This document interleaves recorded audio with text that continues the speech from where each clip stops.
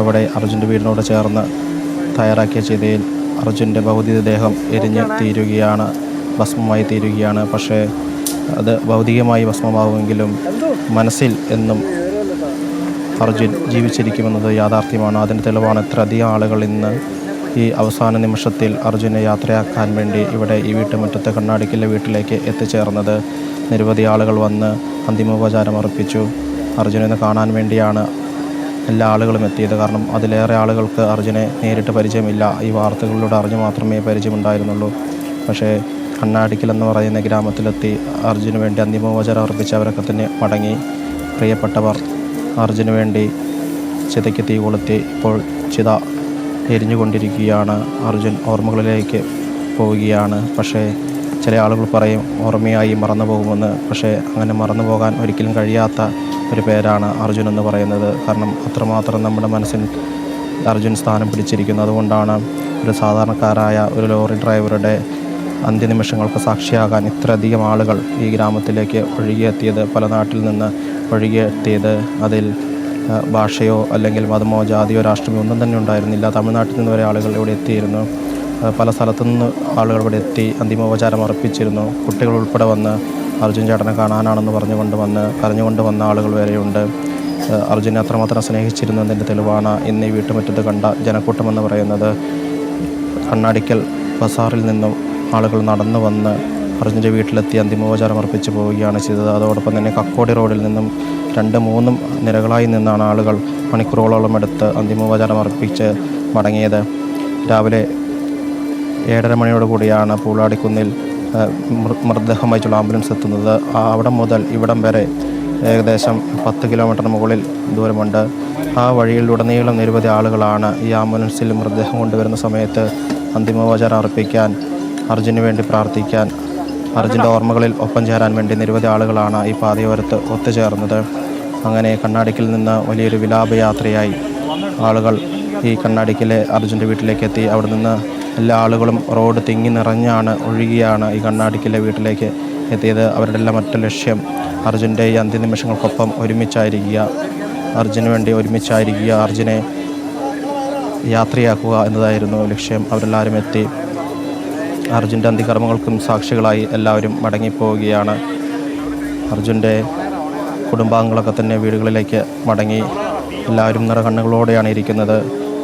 അർജുൻ്റെ പ്രിയ മകൻ അയാൻ്റെ കരച്ചിൽ നമ്മുടെ മനസ്സിൽ നിന്നും മായുകയില്ല. അങ്ങനെ എല്ലാവരെയും കണ്ണ് നനയിച്ചുകൊണ്ടാണ് അർജുൻ ചിതാഭസ്മമായി മാറാൻ വേണ്ടി പോകുന്നത്. നിരവധി ആളുകൾ ഇവിടെ കൂടി നിന്നിരുന്നെങ്കിലും എല്ലാവരുടെയും കണ്ണ് നിറഞ്ഞിരുന്നു. ഈശ്വർ മൽപ്പ ഉണ്ടായിരുന്നു, മനാഫ് ഉണ്ടായിരുന്നു, മന്ത്രി KV ഗണേഷ് കുമാർ ഉണ്ടായിരുന്നു, MK രാഘവൻ MP ഉണ്ടായിരുന്നു, മറ്റ് രാഷ്ട്രീയ നേതാക്കളൊക്കെ തന്നെ ഉണ്ടായിരുന്നു.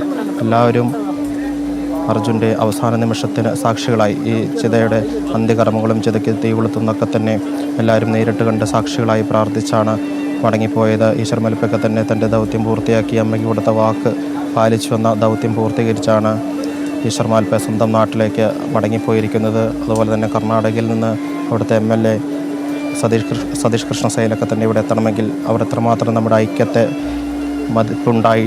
അതുകൊണ്ടാണ് നമ്മളെല്ലാവരും തന്നെ ഒരുമിച്ച്, മലയാളികൾ ഒരുമിച്ച് നിന്നു, ഐക്യപ്പെട്ടു നിന്നു. അതിൽ നമ്മൾ വിജയിച്ചു. അതുകൊണ്ടാണ് കർണാടകയിൽ നിന്ന് പോലും അവർ അത് അംഗീകരിച്ചുകൊണ്ട് ഈ വീട്ടിലെത്തുകയും കർണാടക സർക്കാർ സഹായം പ്രഖ്യാപിക്കുകയും MLA തന്നെ സ്വന്തം കയ്യിൽ നിന്ന് ധനസഹായം നൽകാമെന്നൊക്കെ തന്നെ പ്രഖ്യാപിച്ചാണ് മടങ്ങിയിരിക്കുന്നത്.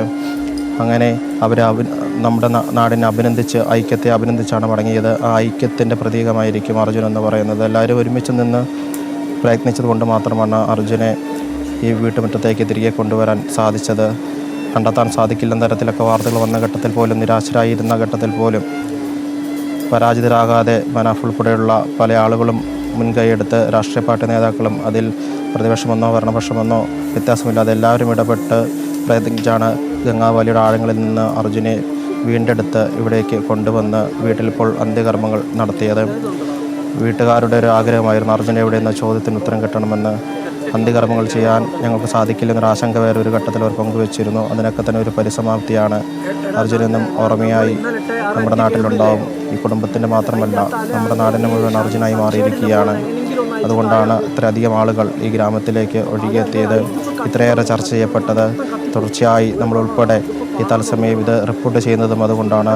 ജനഹൃദയങ്ങളിൽ അർജുൻ എത്തിയതുകൊണ്ടാണ്. എല്ലാവരും അർജുൻ എന്ന് പറഞ്ഞു കഴിഞ്ഞാൽ ഏത് കൊച്ചുകുട്ടികൾക്ക് പോലും ഇപ്പോൾ അറിയാം, ഷിരൂരിൽ കാണാതായ അർജുനല്ലേ എന്ന് ചോദിക്കുന്ന സാഹചര്യം വരെ ഉണ്ടായി. അതാണ് അർജുൻ മലയാളി മനസ്സിൽ നമ്മുടെ നാട്ടിൽ ഇടം നേടിയെന്നതിൻ്റെ ഒരു തെളിവാണ്. അതുകൊണ്ടാണ് ഇത്ര അധികം ആളുകൾ ഇവിടേക്ക് ഒഴുകിയെത്തിയതും അർജുൻ്റെ അന്ത്യനിമിഷങ്ങളിൽ സാക്ഷികളായതും. ഇപ്പോഴും ആളുകൾ ഈ വീടിൻ്റെ അതിലെയും ഇതിലെയൊക്കെ തന്നെ വിട്ടുപോകാതെ മാറി നിൽപ്പുണ്ട്. ഈ നാട്ടുകാരായ ആളുകളാണ്. ഇപ്പോഴും അന്ത്യകർമ്മങ്ങൾ കഴിഞ്ഞെങ്കിൽ പോലും ചില ആളുകൾ അതിലെയും ഇതിലേക്ക് തന്നെ മാറി നിൽപ്പുണ്ട്. കാരണം അർജുൻ അത്രമാത്രം സ്നേഹിച്ചവരുണ്ടാവും. ഈ നാട്ടിലെത്തിയപ്പോൾ നിരവധി ചെറുപ്പക്കാരുണ്ടായിരുന്നു. അവരൊക്കെ തന്നെ അർജുനൊപ്പം കളിച്ചു വളർന്ന ആളുകളാണ്. അവരൊക്കെ തന്നെ വളരെ സങ്കടത്തിലായിരുന്നു. ഈ ഗ്രാമത്തിൻ്റെ ഒരു ഗ്രാമം, അതിൻ്റെ തനിമയിൽ നിൽക്കുന്ന ഗ്രാമത്തിൻ്റെ ഒരു പൊന്നോമന പുത്രനായിരുന്നു അർജുൻ. എല്ലാവരും പരസ്പരം അറിയാവുന്ന ഒരു നിഷ്കളങ്കനായ ഒരു ചെറുപ്പക്കാരൻ, ഒരു ലോറി ഡ്രൈവർ, ഒരു സാധാരണക്കാരനെ പോലെ പോകേണ്ട ഒരാളായിരുന്നു. പക്ഷേ കേരളത്തിൽ ചർച്ച ചെയ്യപ്പെടുന്ന ഒരു ചെറുപ്പക്കാരനായി മാറി, എല്ലാവരുടെയും പ്രിയപ്പെട്ടവനായി മാറി. അങ്ങനെ അർജുൻ വീണ്ടും തിരികെ വരില്ലെങ്കിൽ കുറേ ആളുകൾ അങ്ങനെയൊക്കെ തന്നെ വിചാരിച്ച് വീണ്ടെടുക്കാൻ സാധിക്കുമോ? കാരണം ഇത്രയും ഒഴുക്കുള്ള പുഴയിൽ എങ്ങനെ കണ്ടെത്താൻ സാധിക്കും? ലോറിയുടെ ഒരു തെളിവ് പോലും കണ്ടെത്താൻ സാധിച്ചിട്ടില്ല.